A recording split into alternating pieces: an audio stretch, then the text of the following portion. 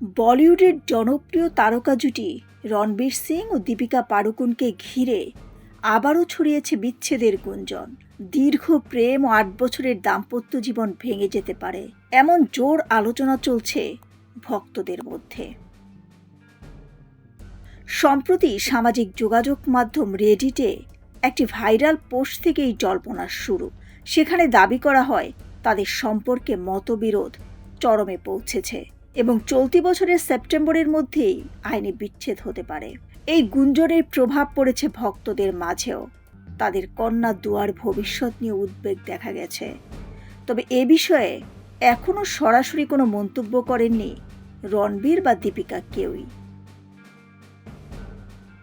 এদিকে রণবীর অভিনীত ধুরন্ধর 2 the revenge সিনেমার প্রিমিয়ারে দীপিকাকে না দেখা যাওয়ায় জল্পনা আরও বাড়ে।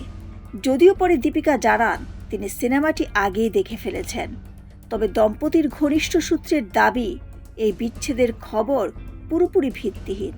এর আগেও 2024 সালে এমন গুজব উঠেছিল, যা পরে নাকচ করেন রণবীর নিজেই। সব মিলিয়ে বাজিরাও মাস্তানি খ্যাত এই জুটিকে ঘিরে অনিশ্চয়তা থাকলেও সত্য জানতে এখনো অপেক্ষায় ভরসা। দিলরুবা খান, বিনোদন ডেস্ক, সোনালী নিউজ।